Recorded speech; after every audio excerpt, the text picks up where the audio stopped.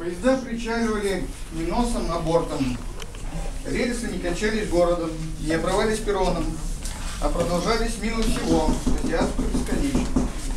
Вот-вот дрогнет пол под ногами, и будет качаться в огне бескрайний серо-желтый закат, летать и падать черные параллели.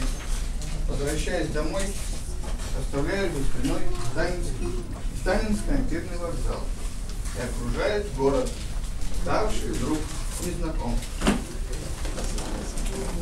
Стараешься держаться расслабленно и непринужденно, и не шутить плоско про оружие и наркотики. И вроде нет на тебе никаких грехов, вольных или невольных. Все равно замираешь перед этим пристальным взглядом. Вот, наконец, свобода. Торжок. Так, будто не было вовсе прошедшего дня.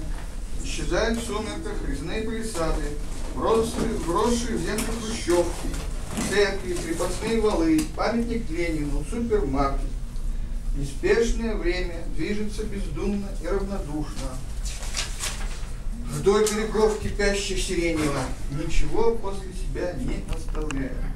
Цикады в траве возле теплой пыли, бензоколонки, бессонный след.